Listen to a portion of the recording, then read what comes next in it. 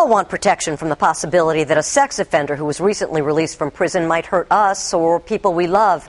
But keeping them out of our neighborhoods and under supervision is tough to do, and it is expensive. You better be scared, because I'm out in the cold. Scared if you're a woman or a child and you bump into a guy like him, a sex offender who's just wandering around. This is a time when you should be afraid. When you're in the street. When I'm in the street and ain't got no place to go, now you better be scared. When we talked with him, he was homeless, scrambling day to day. I spent 10 years of my life behind that penitentiary. I want to come out here, I want to live, I want to work. But that's not so easy. I worked 2 days in a nursing home.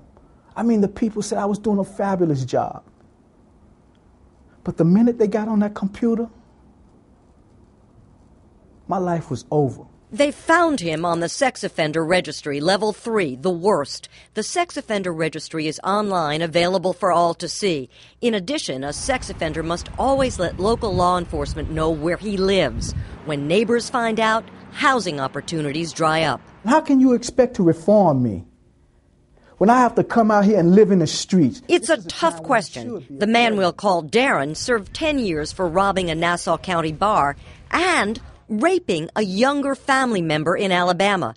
When the prison doors opened, he was released on parole to Nassau County, where officials mistakenly thought he had family. He arrived late on a Friday night. I got here like 12 o'clock that night. I tried to contact my PO. I couldn't contact him because he had me on his voicemail from his cell phone, or the office was closed.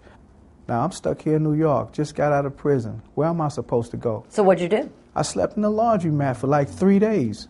It's impossible to feel sorry for him or the other sex offenders we interviewed. But the issue of where sex offenders live after they're released from prison is serious, complicated, and an expensive problem for communities all across the country. To begin with, people just don't want them in their neighborhoods. I want them far away. I want our elected officials to take this very seriously. Lori Torres, with other parents in Nassau County, is fighting a county program that gives homeless sex offenders money to stay in local hotels temporarily after they're released from prison. I want them put somewhere that they can never harm another child. Who doesn't agree? But the reality is that sex offenders live near many of us, even with the Megan's Law restrictions that block them from living near schools, parks, or where kids congregate. Just look at the numbers. 31,630 in New York State, 6,143 in New York City, and 1,453 on Long Island. Most eventually manage to find work and blend in. Yet, when they leave prison... Coming out, like most of us, we don't have money. Angelo, not his real name, is typical. I knew my victim. She was my neighbor, and I didn't want to hurt him. You hurt a little girl. Well, yes, it was a very selfish act. Yet he was released from prison with no place to live. He was sent to Long Island with a GPS ankle bracelet to track his movements. This is a global positioning satellite put on by parole. And I walk around, I have to be very careful. They have a BlackBerry, a phone. They can put it right on their BlackBerry to computer and follow us around all day long.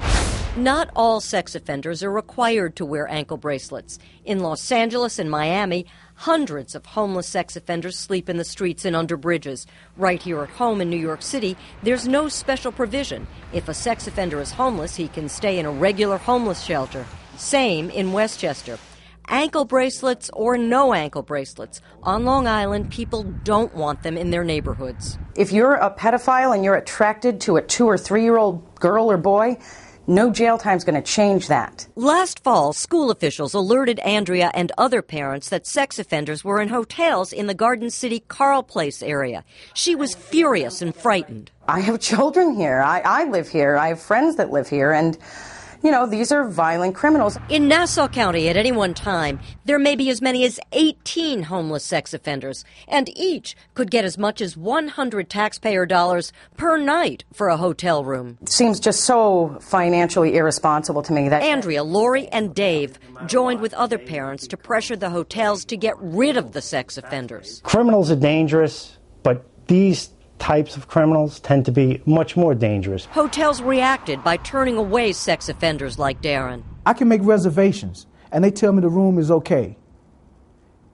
And I go there with my voucher, I go there with my ID, but as soon as I get there, they're like, oh, no, we don't have any rooms. I'm sorry to tell you. That put Darren on the street. There's nowhere I could go now, except I could, find a place at the emergency room, or I could just go to the police precinct. Is that what you've been doing? And just, sit there in their little lobby until the next morning. Darren's wandering is potentially dangerous, according to Bill O'Leary, who counsels sex offenders. If they're homeless and they're wandering, statistically, clinically, in every way, they're a higher risk. If they're going to do something, we're putting them in a position to create a more of an opportunity for that. Now, what you think going to happen now?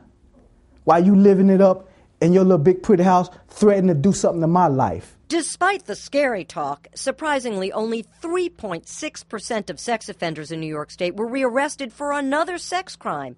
36% were rearrested for parole violations, and a smaller number for other crimes.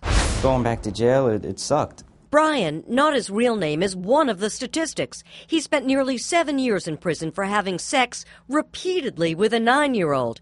After his release, he moved around. The police came and knocked on our door one night and told us that we had 45 days to move from Smithtown because there was a park that was nearby and a daycare.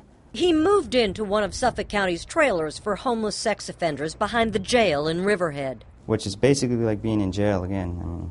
It looks exactly like the inside of a jail. He started to drink, and that violated his parole. He was sent back to a real prison for another 13 months. I know I made the mistake the first time, and I would never want to do that again and experience the jail life and everything that came with it. Suffolk County uses the trailers for homeless sex offenders instead of mixing them in with the general homeless population or giving them hotel vouchers. This program costs taxpayers about $1 million a year.